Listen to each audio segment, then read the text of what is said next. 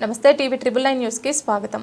ధర్మ సమాజ్ పార్టీ తరపున పుట్టపాక గ్రామంలో ఎలాంటి పార్టీకి గాని వ్యక్తికి గాని మద్దతు ఇవ్వలేదని ఉమ్మడి నల్గొండ జిల్లా రీజనల్ ఇన్ఛార్జ్ బరిగల దుర్గా ప్రసాద్ అన్నారు. యాదాద్రి భువనగిరి జిల్లా నారాయణపురం మండల కేంద్రంలో ధర్మ సమాజ్ పార్టీ కార్యాలయంలో విలేకరుల సమావేశం నిర్వహించారు.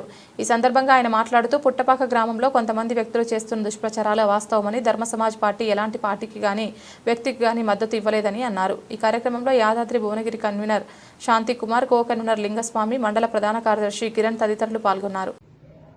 అందరికీ నమస్కారం. జై భీమ్, జై భారత రాజ్యాంగం.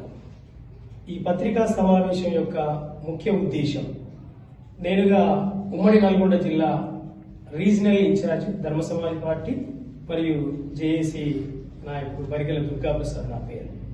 ఈ సమావేశ ఉద్దేశం, ఈ సమావేశంలో పాల్గొన్న మా నాయకులు జిల్లా కన్వీనర్ శాంతి కుమార్, జిల్లా కో కన్వీనర్ కొంగర్ లింగస్వామి, తర్వాత మండల ప్రధాన కార్యదర్శి కిరణ్ గారు. ఈ సమావేశ ఉద్దేశం ఏంటంటే, తెలంగాణ వ్యాప్తంగా స్థానిక ఎన్నికల విషయం మీ అందరికీ తెలుసు. మేము ధర్మ సమాజ్ పార్టీగా జేఏసీ ఉమ్మడి నాయకత్వంగా అనేక చోట్ల అభ్యర్థులను పెట్టి ఫస్ట్ దఫా ఆల్రెడీ ఎన్నికలు జరిగినాయి.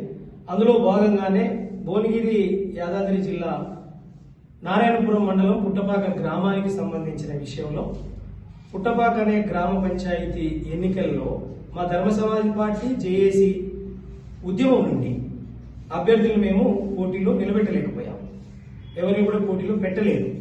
విషయం ఏంటంటే, కొన్ని అనివార్య కారణాల వల్ల త్వరగా రావడం అనే దాంట్లో ఎంపికలో కొంత మేము చూసుకోలేకపోయాం, పోటీలో పెట్టలేదు.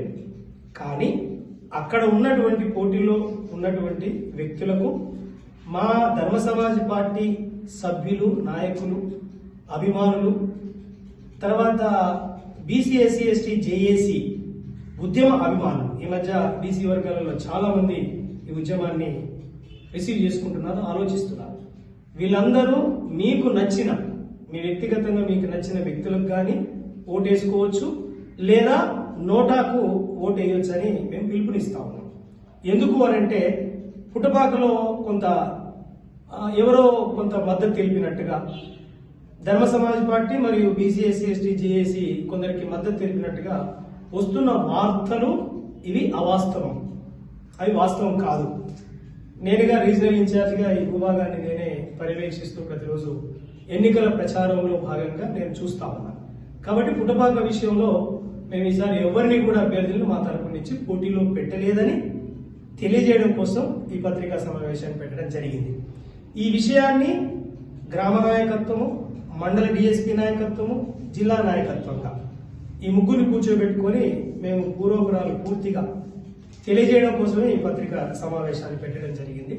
మీరుగా ఓటు చైతన్యం ఉన్న వ్యక్తులు మీరు వ్యక్తిగతంగా ఎవరికైనా వేసుకోవచ్చని, నోటాకైనా వేసుకోవచ్చని ఈ సందర్భంగా తెలియజేస్తా ఉన్నాం.